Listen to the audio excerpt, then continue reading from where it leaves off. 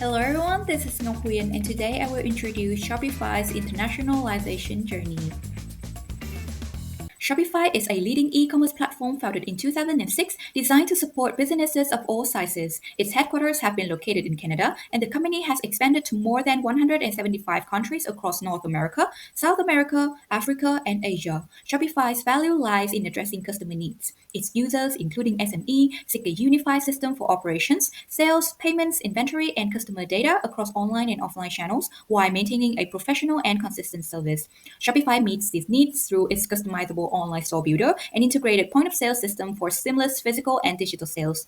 Shopify also focuses on developing e-commerce, managing an app store with a multi-channel commerce solutions. Its ecosystem is strengthened by key partners including app developers, third-party integrators, advertising partners, and referral partners.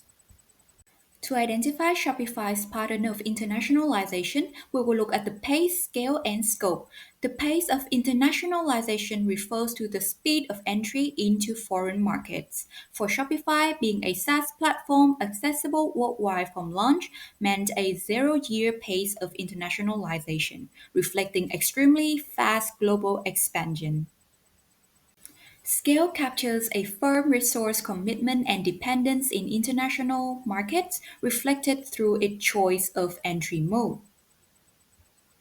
Shopify completely controls across all subsidiaries, such as in Singapore, Ireland, the UK, Germany, and Australia, maintaining full control but also taking a high risk. These locations were selected based on favorable conditions such as low tax rates, English-speaking markets, and large major e-commerce demand, as illustrated in Appendix 2. Shopify also runs non-manufacturing activities with no physical products, which lower entry barriers while still requiring significant resource commitment. Together, these factors highlight a large-scale wholly owned subsidiary strategy. Scope measures geographic presence.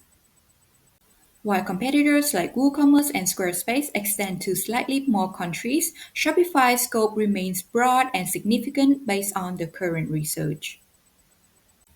And in summary, Shopify's fast-paced, heavy scale, and broad scope of internationalization clearly identify it as a born global firm.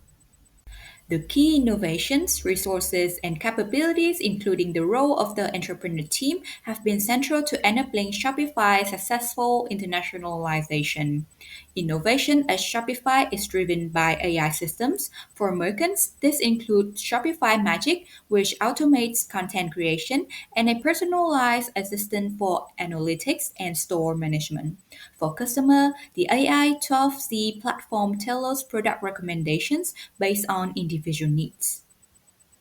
In terms of resources, Shopify controls both human and financial access. It employs over 10,000 staff worldwide, led by CEO Tobias Luke, a self-taught programmer with a strong international connections. Its financial base includes cash, securities, loans, and equities investment. Capabilities come from how these resources are used.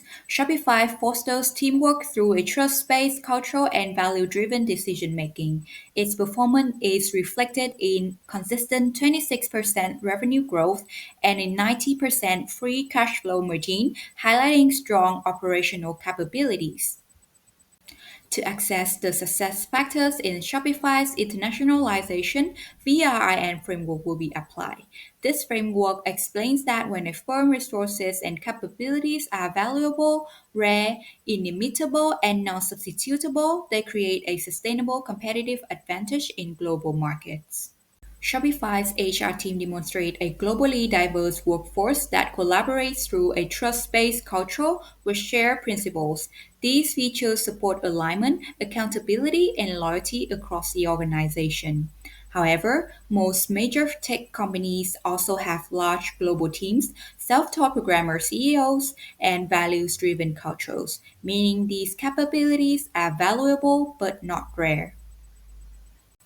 And about financial resources, Shopify demonstrates strong self-funding capability, achieving high revenue growth and a free cash flow without relying heavily on external investors. However, this is a standard benchmark of SaaS firms, making these capabilities are also valuable but are not rare.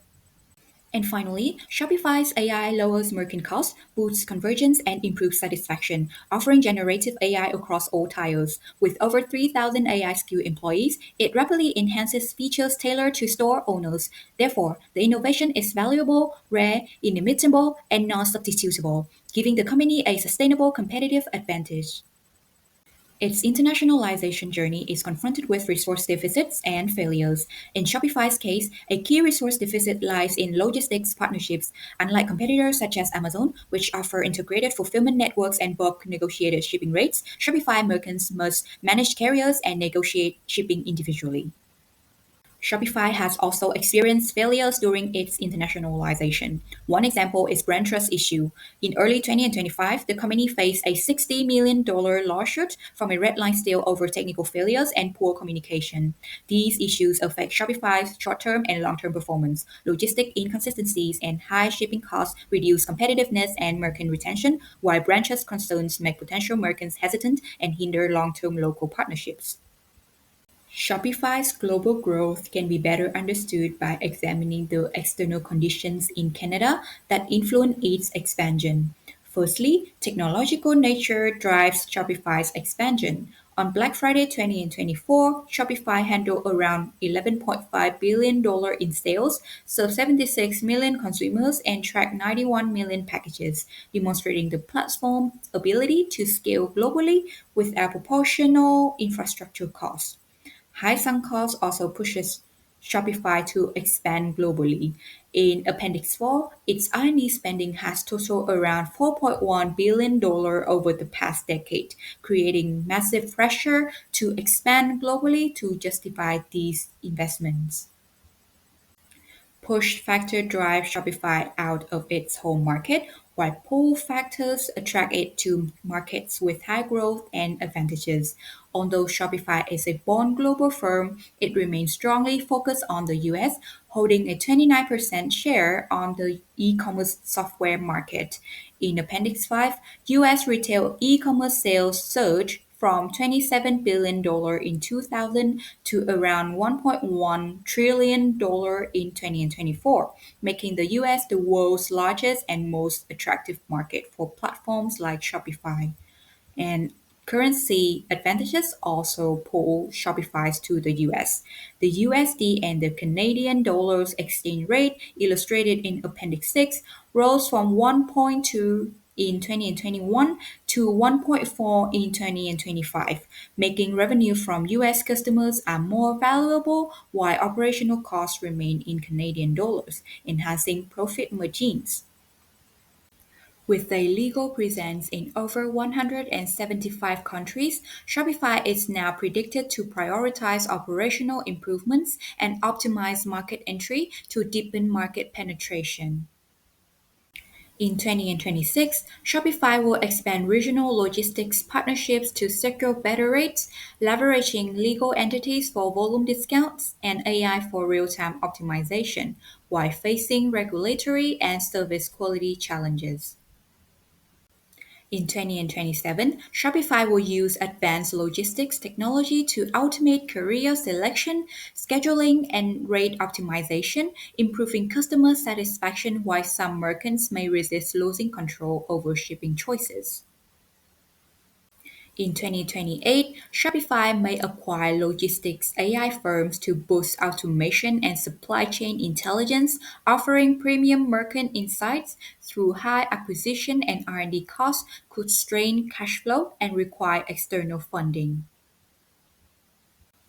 In 2029, Shopify will form joint venture in focus markets like South America and Asia to leverage automation and access local networks through sharing algorithm risk competitors, replicating its logistic advantages. And lastly, in 2030, Shopify will adopt a hybrid expansion model, tailoring market entry and integrating AI-driven logistics, while managing diverse operations across regions may strain resources and effectiveness. And that's the end of my presentation. Thank you for listening. Here are my references and appendix to support my work.